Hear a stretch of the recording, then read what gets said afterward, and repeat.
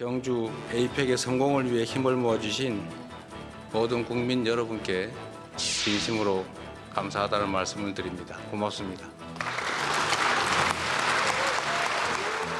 최악의 상황에서도 최선의 결과를 만들기 위해 영혼까지 갈아 넣으며 총력을 다했다는 말씀을 드립니다. 네, 좀 더 깊이, 더 자세히 들어보는 더 인터뷰 시작하겠습니다. 지난주 경주에서의 치열했던 에이펙 정상회의가 마무리됐습니다. 방금 들으신 것처럼 영혼까지 갈아 넣었다, 이렇게 이 대통령은 자평했습니다. 굵직했던 정상 외교와 남은 과제들을 자세히 짚어보겠습니다. 국립외교원장을 지낸 김준형 조국혁신당 의원 나와 계십니다. 어서 오십시오. 네, 안녕하십니까. 네. 한 주간의 외교 슈퍼위크를 마쳤습니다. 오늘 국회 시정연설에서 이 대통령이 영혼까지 갈아 넣었다 이런 발언을 하기도 했는데 오늘 일단 시정연설에서 본회의장에 앉아 계셨죠? 예, 있었습니다. 예, 그리고 네. 국민의힘은 보이콧을 했고요. 분위기가 좀 네. 어땠습니까? 분위기 허전하다는 말씀하신 게 딱 예. 맞는 것 같고요.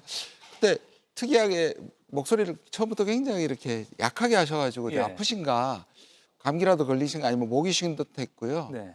그러면서도 이제 참으는데 내용 자체는 저는 뭔가 다른 연설보다 훨씬 더 구체적이었고 뭔가 비전을 제시한다는 느낌을 받았습니다. 대통령의 건강은 국가 기밀이지만 아무튼 아까 저희 패널들도 말한 것처럼 아마 에이펙 뭐 이런 일정이 너무 빡빡해서 피로해 보이세요. 예. 예. 목소리가 좀 쇤 듯한 네, 목소리는 네, 뭐 네, 시청자분들도 다 느끼셨을 것 같습니다.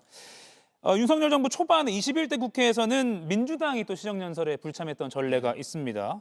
국회를 두고 여야가 바뀐 채 이렇게 3년 만에 또 판박이 같은 모습이 공전이 되고 있는 건데 좀 어떻게 평가하세요? 뭐 좋은 모습은 아니고요. 예. 아까 대통령께서 마지막 말씀하셨듯이 서로 생각이 달라도 국민의 뜻을 바라는 게 맞는데 저는 그때하고는 비교할 수 없을 것 같아요. 그때는 국민도 사실은 윤 대통령한테 반발하고 있었고 대다수가. 예. 그리고 지금은 그런데 지금 전체적으로 이 협상이나 보면은 5개월 되셨다 그랬는데 오늘 딱 5개월 되셨다고 말씀하셨는데 그동안의 성과를 이 어려운 상황에서 성과를 생각한다면 오히려 국민의힘 스스로가 오히려 고립되는 스스로 고립하는 거 아닌가 하는 생각이 들었습니다. 예. 3년 전과 비교하기는 예. 국민들의 여론을 봤을 때는 예. 적절하지 않다. 예. 에이펙 이야기를 좀 해볼게요. 네. 영혼까지 갈아 넣었다. 그 외교 전문가니까 정치인을 네. 떠나서 에이펙 총평을 좀 간단히 해주신다면요. 예, 너무 잘하셨죠. 선방했다고 생각합니다. 근데 이제 모든 분들이 찬양하기에는 앞에 놓인 장애물이 제가 전문가로 보기엔 너무 많아서 저는 조금 이렇게 객관적으로 얘기하면 제가 이런 말을 해가지고 좀 비난을 받았는데요. 사실 이 프레임은 미국이 동맹국들을 강탈하는 과정, 심하게 하면 강탈하는 과정이라서 예. 이거는 우리가 얻은 것보다는 덜 뺏겼다. 일본하고 비교하면 잘했고요. 예. 윤석열 대통령이 있을 때라면 하늘 때와 비교하면 낫지만 과연 이 두 가지를 우리가 비교로 삼아서 안심할 수 있느냐는 좀 다시 긴장해야 된다. 예. 왜냐하면 지금부터 저는 이걸 이렇게 부릅니다. 해석 전쟁이 일어날 것이고 이행 투쟁이 일어날 것이다. 해석 전쟁과 이행 투쟁. 네. 그러니까 이 회담 자체는 성공적으로 마무리가 됐지만 앞으로 실무진에서 어떻게 될지 우리 경제산업부에 어떻게 될지 이런 걸 좀 봐야겠군요. 그렇죠. 워낙 시각이 다르고 예. 지금 팩트시트를 하고 있다고 하지만 이 팩트시트를 어떻게 맞추는 것도 지금 상당한 진통이 있는 거고 예.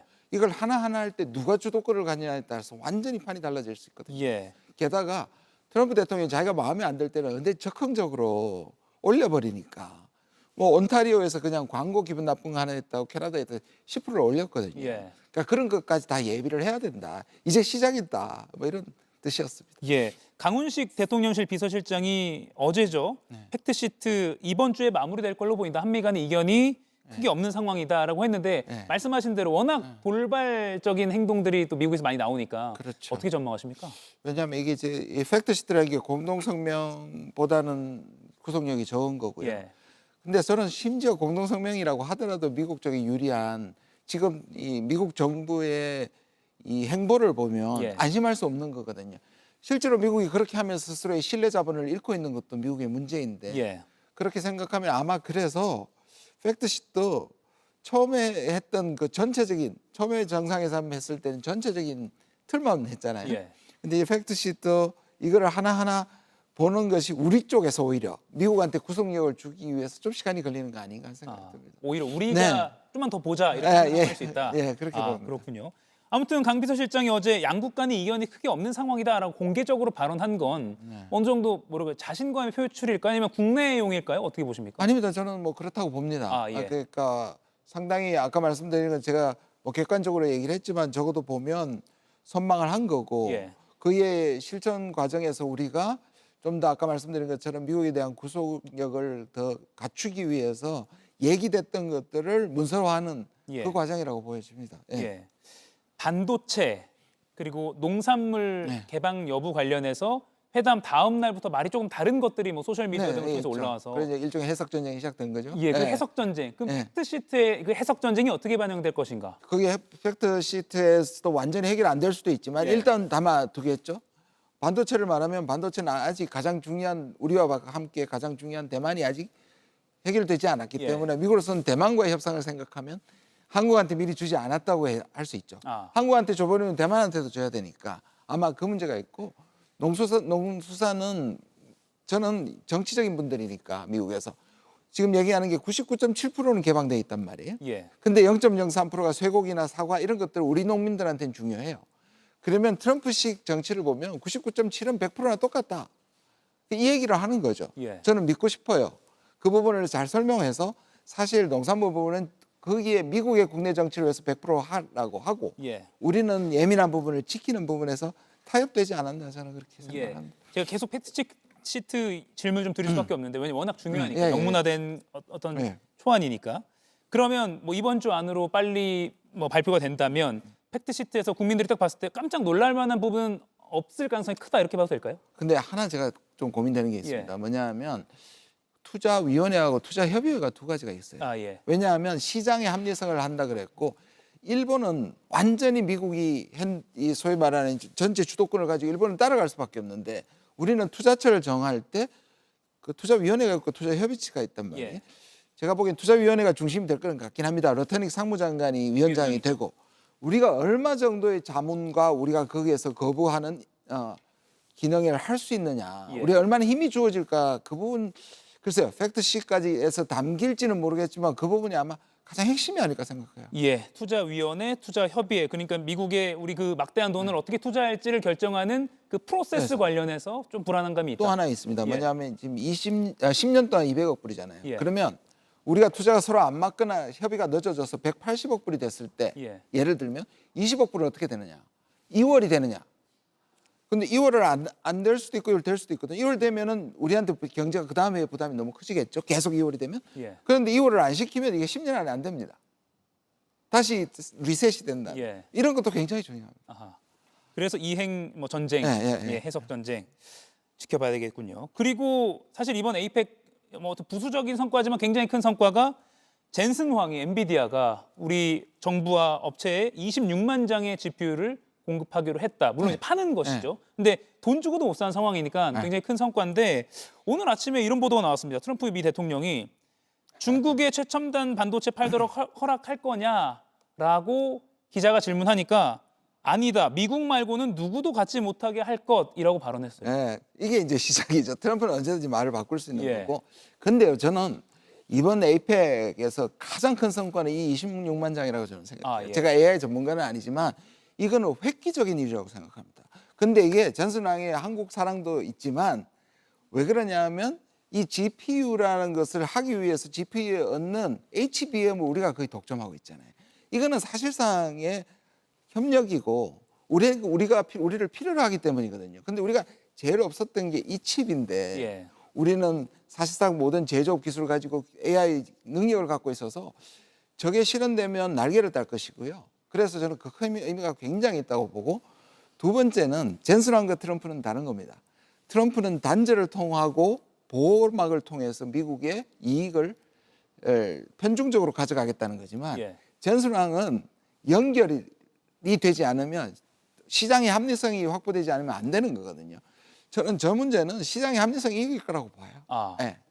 물론 트럼프가 미국 CBS와의 인터뷰에서 최첨단 반도체 미국 말고는 누구도 갖지 못하게 할 거다라고 했지만 네. 그 말대로 안 될 거다. 네. 우리가 계약한 대로 받을 수 있을 거다. 실제로 젠슨왕이 전례가 있습니다. 예.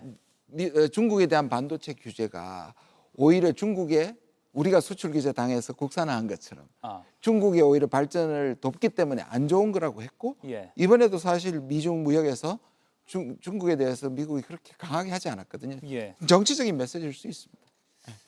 핵 추진 잠수함도 에이펙의 네, 한미 네, 정상회담의 성과 중에 하나로 꼽히는데 오늘 지금 어제부터 헤그세스 미 전쟁부 장관, 뭐 네. 국방부 장관이지만 대통령실에서 전쟁부 장관이라고 공식적으로 말을 하더라고요. 아, 우리 미국이 대통령실. 전쟁부로 그렇게 예. 공식적으로 바꿨습니다. 우리도요. 그래서 전쟁부 장관이라고 하겠습니다. 네. 핵잠수함 도입 적극 지원할 것이라고 재확인을 했습니다. 네. 우리로서는 좀 안심할 만한 것이긴 한데 네. 실제로 이제 이행 전쟁이라고 하셨는데 이것도 예. 그게 적용될까요? 이것도 이행 전쟁이 있습니다. 예. 왜냐하면 우리가 생각할 때는 모두가 조금 약간 충격적이었잖아요.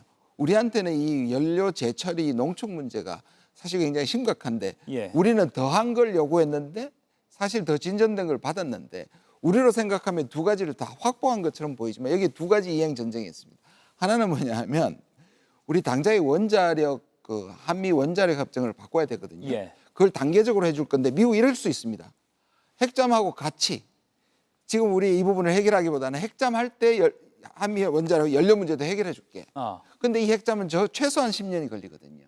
그래서 우리는 더 큰 걸 조치해서 우리가 이익을 받았다고 생각할 수 있는데 미국 쪽에서는 10년 동안 안 해줄 수도 있다. 아. 끌 수도 있다.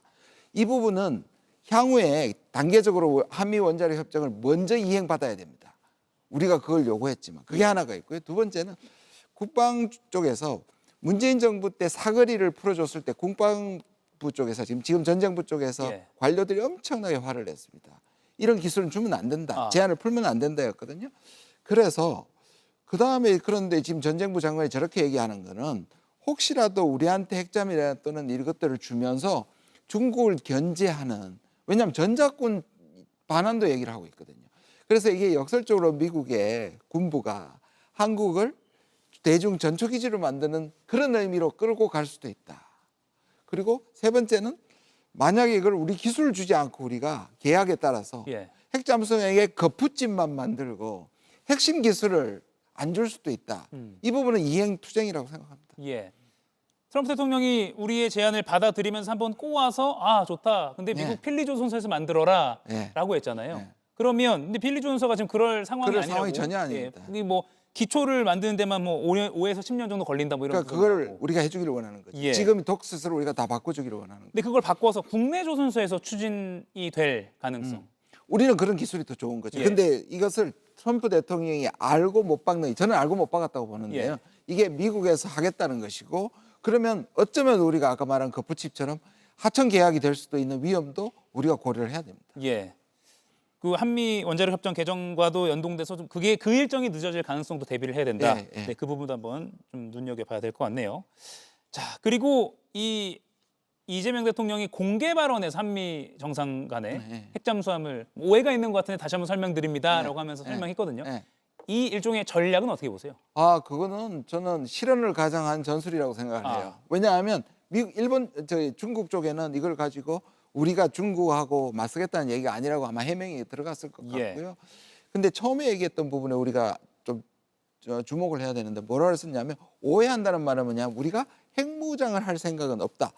왜냐하면 바이든 정부 마지막에 우리가 민감 국가 리스트에 올라가 있습니다. 그게 우리의 핵무장에 대한 의심 때문인데요. 예. 그것도 풀면서 그러나 우리는 연료를 확보해야 되겠다. 그렇게 생각합니다. 예. 어제 강훈식 비서실장이 이 사안 관련해서 중국 설득이 됐다고 생각한다고 네, 했거든요. 네, 네. 그건 어느 정도 됐다고 그러니까 보십니까? 중국은 지금 한중 관계 좋아지는 부분이니까 중국이 일단 핵 확산에 대해서 우려는 했는데 예. 되게 낮은 톤으로 항의를 했는 걸 보면 그 정도 수준에서 중국도 지켜볼 것 같고 아마 중국도 이게 10년은 걸릴 텐데 벌써부터 각을 세울 필요가 없다고 보는 거죠. 예. 한한령 이야기도 나왔고요. 한중 네네. 간의 얘기를 해보면요. 또 샤오미 선물을 받고 이재명 대통령이 네네. 통신보안 잘 됩니까? 아. 이게 시진핑 주석이 백도어 있나 찾아보세요. 그게 뼈 있는 농담. 미국이 항상 하는 얘기였거든요. 예.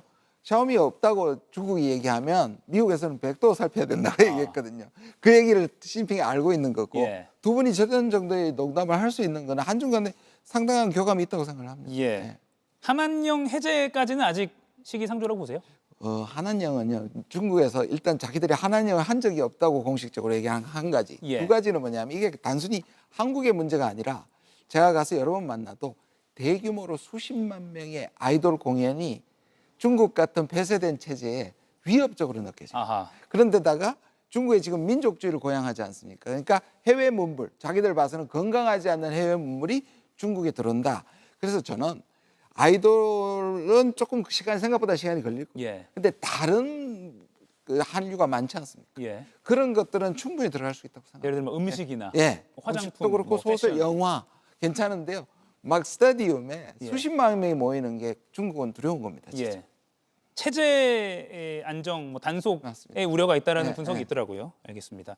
중국 관련 하나 더 여쭈면 의원님께서 한미 관계와 한중 관계를 균형으로 가져간다는 건 불가능하다 이렇게 네. 분석하신 바가 있거든요. 유효합니까? 그거는 저는 프레임이라고 생각해요. 왜냐하면 우리나라의 어떤 진보 정부도 미국하고 중국을 균형적으로 대한 적이 없습니다. 그러나 문재인 정부 때 이렇게 얘기했습니다. 한미 동맹이 근간이지만 중국과는 전략적인 동반자를 한다는 말은 뭐냐하면 기본은 미국이지만 우리가 어느 정도 자율성을 발휘해서 예. 우리 이익을 위해서 중국과 협력할 수 있다. 근데 중국으로서 보면 한국이 완벽하게 미국에 종속된 것보다는 미국이 할 말을 할 수 있는 한국이 필요하겠죠. 아마 그런 선을 균형이란 말이 너무 똑같이 대한다는 프레임이라고 저는 생각을 해요. 예. 중국까지 짚었고요. 네. 일본 짚을 차례입니다. 아, 예. 워낙 많은 외교 정말 예, 슈퍼이크여서 그렇습니다. 하나하나 진짜. 짚어보겠습니다. 다카이치 네. 총리, 뭐 여자 아베 이런 별명 네, 때문에 네. 우려도 있었는데 생각보다 첫 만남은 괜찮았다는 평이 나옵니다. 아시다시피 뭐 여러 번 얘기됐습니다만 다카이치의 국내 정치적 기반이 그렇게 강하지 않습니다. 예. 그래서 역설적으로 친미 정책을 통해서 국내에 신임을 얻어서 지금까지는 성공을 하는데 아베 때는 워낙에 그게 안정스러웠고 그래서 흉내만 낸다 그럴까요? 잔펀치를 계속 날립니다. 국내용으로. 아, 예를 들어서 이번에 블랙 이글 우리 독도에서 연습한 거 가지고 하잖아요. 예. 그러니까 잔펀치를 때리는데 아베 때는 뭐냐면 아예 한국을 무시를 했거든요. 그래서 우리가 뭔가 우리한테 기분 나쁜 도발은 꽤 할 거라고 봐요. 앞으로도. 그러나 아베처럼 한미일 관계를 이렇게 선제 조건을 끊는다든지 이런 걸 못할 거기 때문에 우리는 비판을 하고 그렇게 가면 일본의 과거같이 그렇게 나올 정도의 입지는 아니다. 다카이치가. 강경 보수 국내 지지층을 의식한 행동은 좀 하겠지만 대외적으로 정말 외교적 문제를 일으킬 정도는 아닐 것이다. 그렇죠. 근데 중일 관계에서 지금 보시면 예. 좀 계속 삐걱거리지 않습니까? 대만 문제 가지고도 그렇습니다. 벌써부터 삐걱거렸죠. 예. 아하. 중국과 일본 관계에서는 조금 갈등이 표면화되고 예, 있는데 그런 것들이 나오는 거죠. 예. 중국을 자극을 하니까요. 그래서 그 제일 중요한 게 대만인데 예. 한중회담에서 나오지 않았고 미중회담에서도 이번에 나오지 않았던 게 오히려 다행이고요. 근데 예. 중국은 조금 조심스러운 것 같습니다. 지난 3년 동안 워낙 망가져 있기 때문에. 예. 근데 실제로는 이재명 대통령의 답방이 그때 아젠다가 훨씬 더 구체적으로 나올 거다. 아. 지금 뭔가 상견례 스파링 뭐 그 정도로 보는 게 어떨까 싶습니다. 예. 뭐 빠르면 내년 봄쯤 예. 뭐 그런 오늘 보도도 있었는데 저는 내년 봄 지금 또 4월 얘기가 되고 있으니까 이 아시아 순방 트럼프의 아시아 순방과 이 북한 김정은과의 만남 또 내년 4월이 또 슈퍼 아하. 올지도 모르겠습니다. 예.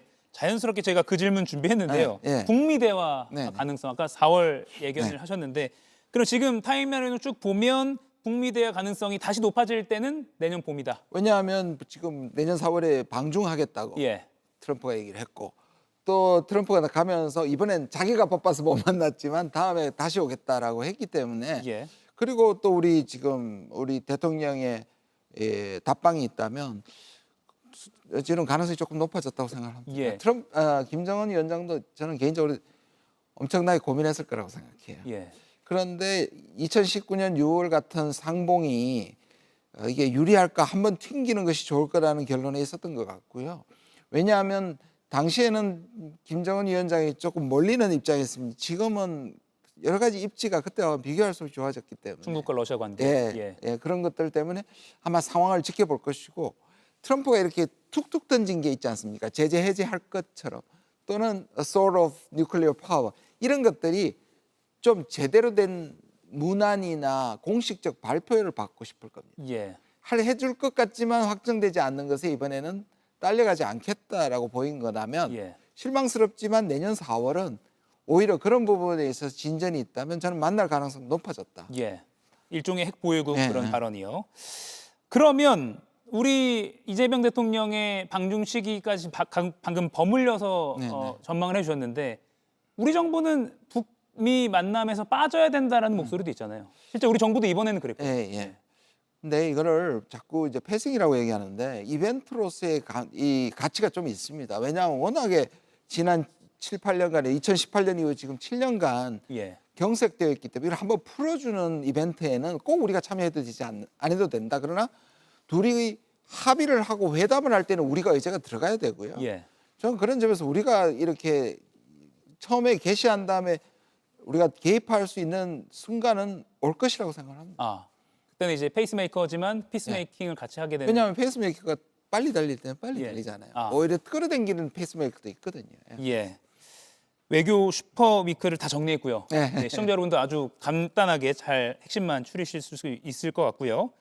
조국 혁신당 의원을 모셨기 때문에 네. 조국당 이야기를 좀 해보겠습니다. 네. 어제 조국 비대위원장이 당의 역할을 지선에서요. 정치적 매기라고 규정했는데 이건 어떤 의미입니까? 글쎄요. 뭐 지금 저도 비대위장으로 계셔서 뭐 이렇게 깊은 소통은 안 했는데요. 왜냐하면 지금 정치 개혁, 특히 선거제도라든지 이런 부분에 오늘 영세정당이라는 얘기를 해가지고 예. 우리가 지금 영세정당이 되어 있는데 아마 그런 부분에서 정치 개혁, 왜냐하면 지금 정치 양극화가 가지고 온 폐해가 많지 않습니까? 오늘 사실 이 시정연설도 그걸 예. 보여준 거잖아요. 보이콧도 그렇고요. 그러니까 저는 우리나라의 미래를 위해서 양당이 이렇게 투쟁하면서 이 양당 구도를 유지하기 쉽겠지만 우리 전체 미래를 위해서는 좋지 않다. 예. 그런 점에서 3당, 4당이 유럽처럼 다당제로 가야 된다 하는 뜻으로 하신 말씀 같습니다. 예. 한 20초 남았는데요. 네. 조국 비대위원장은 서울시장 출마를 하는 겁니까? 마지막까지 고심하고 있는 전략적 모호성을 유지할 거라고 저는 생각을 합니다. 아, 그것도 외교적인 예. 선수군요. 전략적 모호성. 예. 알겠습니다. 뭐 임박하면 또 이제 예, 윤곽이 어떤 드러나니까. 형태로든 나가실 것 같습니다. 알겠습니다. 여기까지 듣겠습니다. 네, 지금까지 김준형 조국혁신당 의원이었습니다. 고맙습니다. 네, 감사합니다. 이가혁 라이브를 시청해 주셔서 고맙습니다. 이가혁 라이브는 평일 오후 5시 TV와 유튜브로 실시간으로도 함께 하실 수 있습니다.